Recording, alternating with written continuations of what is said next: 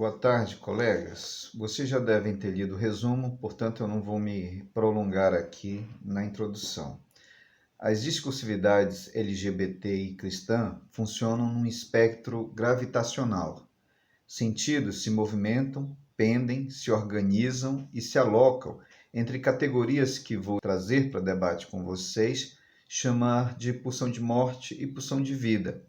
Quero deslocar o que a psicanálise já formulou para poder pensar um movimento, a disputa de sentidos, de interpretação, a resistência entre discursividades e formações sociais. No caso da relação discursiva aqui analisada, o enrijecimento da interpretação bíblica faz com que parte do fundamentalismo evangélico produza uma negação dos evangelhos. Neste espectro, quanto mais perto da pulsão de morte, mais ele é hipócrita e se configura como um fundamentalismo de ocasião, sobretudo naquilo que diz respeito às questões de sexualidade. Mas aí deixa passar, ignora a interpretação bíblica noutras questões. Quando elas dizem respeito, por exemplo, ao consumo, à criação de feudos religiosos, a hábitos e ética das relações interpessoais, ao dinheiro, como a gente vê acontecer. Por que a gente faz marcha contra gay e a favor da família tradicional? E nunca faz uma marcha contra a pobreza, contra a fome, contra a corrupção? Por que o nosso pecado, vamos dar a mão à palmatória, nós cristãos de tradição evangélica, nós só temos um pecado, é o pecado do sexo.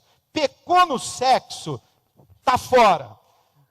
Na pulsão de morte, gravitam sentidos de opressão, controle, governança do comportamento e do desejo do outro, do seu silenciamento, da sua exclusão, da sua extinção. Esses sentidos, eles passam como significantes palavra de Deus, vontade de Deus, santificação, até você é uma abominação, você vai para o inferno. Palavras, expressões, proposições e seu emprego retórico não têm os mesmos matizes dentro de uma mesma formação discursiva.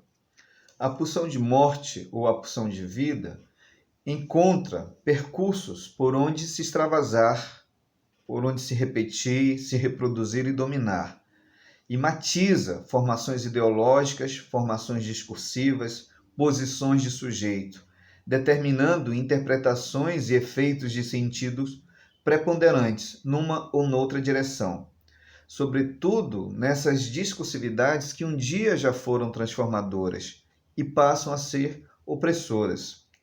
Isso me leva a crer que, discursivamente, nós precisamos pensar esse movimento de transformação e esse movimento de reprodução de sentidos, como as relações históricas de força vão pender para um lugar ou outro, conforme as classes ou os grupos, os sujeitos oprimidos, experienciarem mais intensivamente nos seus corpos suportes de significância, a dor, o luto, a morte, as tragédias e catástrofes.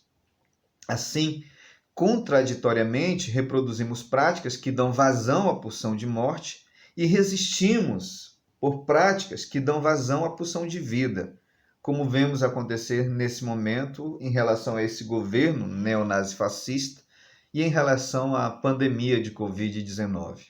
Dessa forma, por relatos de sofrimentos e pelas implicações para aplacá-lo, o deslocamento e a predominância de uma dessas pulsões em uma formação social vai demover os sujeitos dos lugares discursivos em que são constituídos.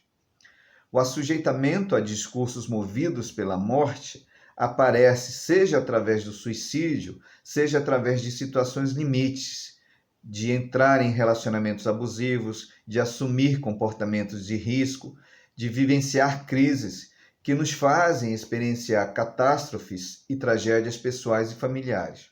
Portanto, isso me faz acreditar que, por seus efeitos corpóreos, sensíveis, perceptíveis e econômicos e sociais, a predominância de uma dessas pulsões constituem sujeitos e formações sociais, movendo os processos discursivos, como esse sistema de relações, de substituição, de paráfrases, de sinonímias, que funcionam entre os elementos linguísticos significantes em uma formação discursiva dada. E 2, que, por isso, essas pulsões estão imbricadas na contradição que movimenta no seu interior formações discursivas e posições de sujeito, e que não podem ser classificadas a priori, mas sempre conforme as condições de produção no processo de análise. Muito obrigado.